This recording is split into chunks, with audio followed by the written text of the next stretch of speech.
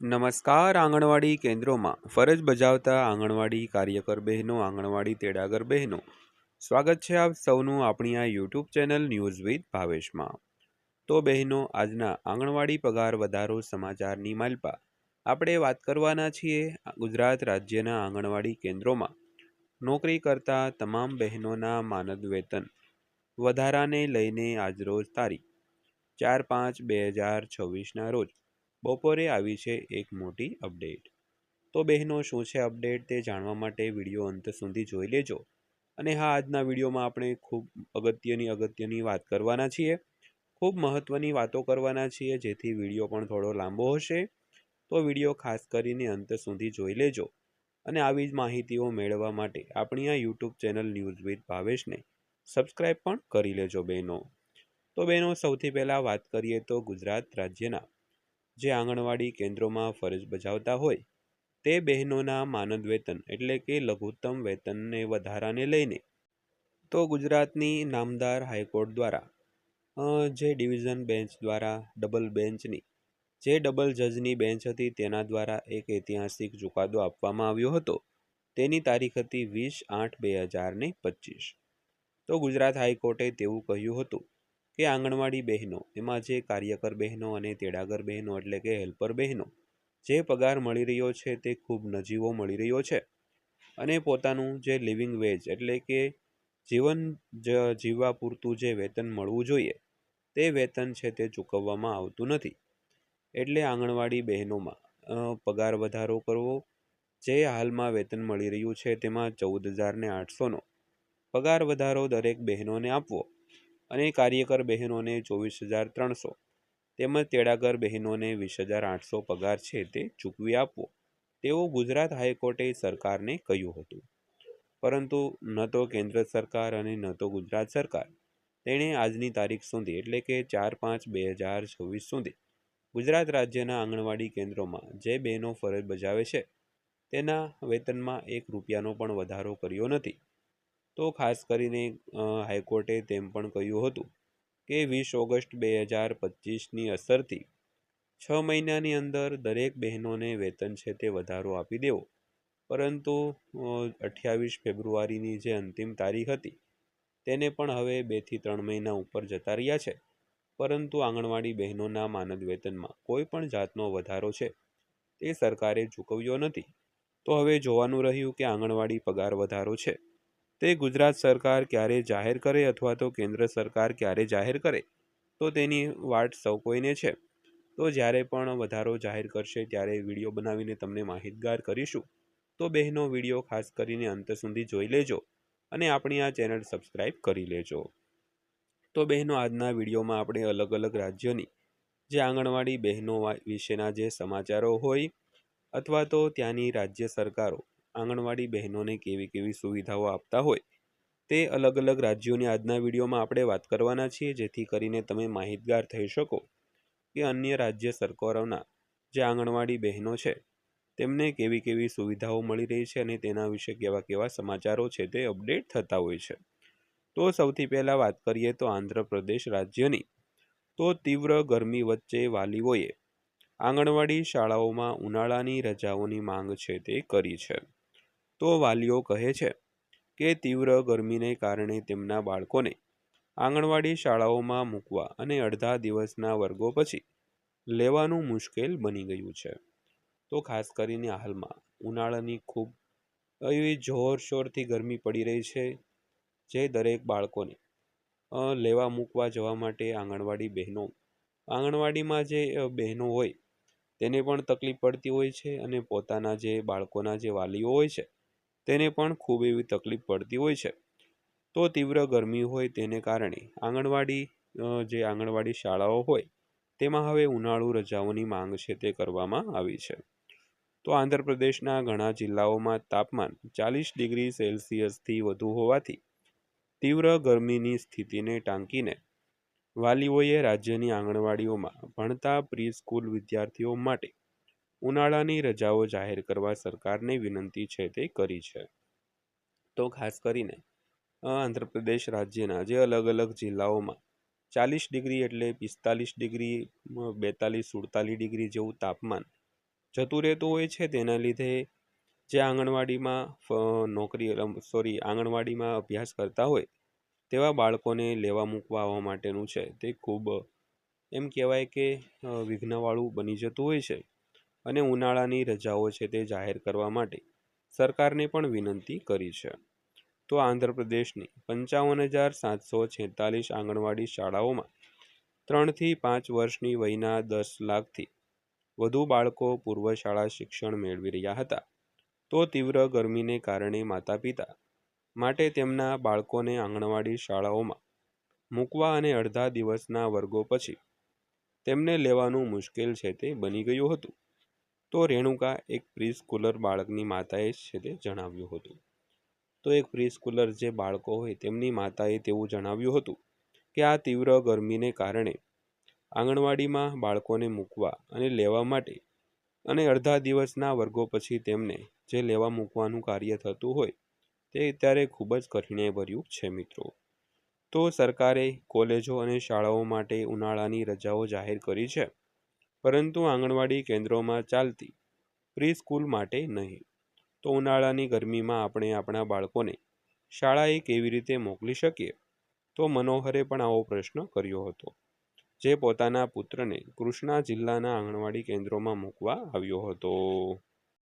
ત્યારબાદ વાત કરીએ તો આંધ્રપ્રદેશ આંગણવાડી કાર્યકર્તાઓ અને સહાયકો સંગઠન એટલે કે AITUC સાથે જોડાયેલ ના રાજ્ય મહાસચિવ જે લલિતાએ જણાવ્યું હતું કે આંગણવાડી કાર્યકર્તાઓ અને સહાયકો સંગઠનોએ તાજેતરમાં મુખ્યમંત્રી N. ચંદ્રબાબુ નાયડુ અને મહિલા વિકાસ અને બાળ કલ્યાણ મંત્રી ગુમ્માદી સંધ્યા રાનીને રજૂઆતો છે તે સુપરત કરી છે, જેમાં તેમને રાજ્યભરની આંગણવાડી શાળાઓ માટે ઉનાળાની રજાઓ છે તે જાહેર કરવા માટે પણ વિનંતી કરી છે. તો વધુમાં જોઈએ તો તેલંગાણા અને કર્ણાટક રાજ્યોમાં અન્ય શિક્ષણ સંસ્થાઓ સાથે ઉનાળાની રજાઓની જાહેરાત કરવામાં આવી હતી, પરંતુ આંધ્રપ્રદેશમાં નહીં. તો શ્રીમતી લલિતા જે ઓલ ઇન્ડિયા આંગણવાડી વર્કર્સ ફેડરેશનના ઉપપ્રમુખ છે, તેમણે રવિવારે ધ હિન્દુને જણાવ્યું હતું. તો ખાસ કરીને તેલંગાણા અને કર્ણાટક જેવા રાજ્યોમાં જે અન્ય શિક્ષણ સંસ્થાઓ સાથે ઉનાળાની રજાઓ છે તે જાહેરાત કરવામાં આવી હતી, પરંતુ આંધ્રપ્રદેશ રાજ્યએ કેમ આ જે જાહેરાત છે તે કરી નથી, તેવું જે all India anganwadi workers and ફેડરેશનના ઉપપ્રમુખ છે જે લલિતા તેણે આવું છે તે જણાવ્યું હતું. ત્યારબાદ જોઈએ તો આંગણવાડી શિક્ષકોએ જણાવ્યું હતું કે છેલ્લા કેટલાક દિવસોથી ઘણી શાળાઓમાં હાજરીમાં ઘટાડો થયો છે, કારણ કે તાપમાનમાં વધારો થવાને કારણે સનસ્ટ્રોકનો ભય હતો, તેમજ ગરમીના મોજાના ભયથી જે તાવ અને સનસ્ટ્રોકનું કારણ બની શકે છે. તો વાલીઓ તેમના બાળકોને આંગણવાડી શાળાઓમાં મોકલવા માટે તૈયાર નથી. તો અમે સરકારને વિનંતી કરીએ છીએ કે બધા બાળકોને ટેક હોમ રાશન એટલે કે THRનું વિતરણ કરીને આંગણવાડી શાળાઓમાં ઉનાળાની રજાઓ જાહેર કરવામાં આવે. તો શ્રીમતી લલિતાએ આવું છે તે જણાવ્યું હતું. તો ખાસ કરીને આ અસહ્ય ગરમીને કારણે બાળકોમાં તાવ તેમજ સનસ્ટ્રોકનો જે ભય છે તેને લીધે દરેક બાળકોની જે સ્વાસ્થ્ય છે તેની સાથે હાનિ થઈ શકે છે. તો ખાસ કરીને ઓલ ઇન્ડિયા આંગણવાડી વર્કર્સ એટલે કે AITUC ના જે પ્રમુખ જે લલિતા છે તે એવું જણાવ્યું હતું કે ટેક હોમ રાશન આપીને દરેક આંગણવાડી શાળાઓમાં ઉનાળાની રજાઓ છે તે જાહેર કરવામાં આવે બહેનો. તો બહેનો ત્યારબાદ વાત કરીએ તો ડિજિટલ પાલન અને બેદરકારીને કારણે આંગણવાડી પોષણ યોજનાઓ છે તે મુશ્કેલીમાં મુકાઈ રહી છે. તો એક સર્વે દ્વારા આવું જાણવા મળ્યું હતું. તો વાત કરીએ રાંચીની, તો અધિકાર કાર્યકરો એક જૂથ દ્વારા કરવામાં આવેલા એક સર્વેમાં જાણવા મળ્યું છે કે ડિજિટલ પાલનના દબાણ, કથિત વહીવટી બેદરકારી અને અન્ય અવરોધો રાજ્યના આંગણવાડી કેન્દ્રોમાં પોષણ સંબંધિત યોજનાઓના કાર્યક્રમ અમલીકરણને ગંભીર અસર છે તે કરી રહ્યા છે. તો ઝારખંડના રાઇટ ટુ ફૂડ કેમ્પેઇન એટલે કે RTFC દ્વારા ગયા વર્ષે નવેમ્બર અને ડિસેમ્બર દરમિયાન 9 જિલ્લાના 15 બ્લોક હેઠળની 106 આંગણવાડીઓમાં કરાયેલા સર્વેમાં જાણવા મળ્યું છે કે ન્યુટ્રિશન ટ્રેકર્સ કેવાયસી અને ફેસ રેકગ્નિશન સિસ્ટમ એટલે કે FRS જેવી ડિજિટલ સિસ્ટમને આરોગ્ય કર્મચારીઓના કાર્યને જટિલ છે તે બનાવ્યું છે અને લાભાર્થીઓને સેવાઓથી વંચિત પણ રાખ્યા છે. તો આ તારણો શનિવારે જાહેર કરવામાં આવ્યા હતા. તો મીડિયાને સંબોધતા કાર્યકર્તા અને અર્થશાસ્ત્રી જીન ડ્રેઝે જણાવ્યું હતું કે ઘણી આંગણવાડી સેવિકાઓ તેમની નોકરી બચાવવા માટે ડિજિટલ લક્ષ્યો પૂરા કરવાના ડરમાં જીવી રહી છે. તો આ ભય અને સંઘર્ષ એક દિવસ વિષય નથી, પરંતુ રોજિંદી વાસ્તવિકતા છે તે બની ગઈ છે, જે કેન્દ્ર સરકારે પોષણ ટ્રેકર દ્વારા બનાવી છે.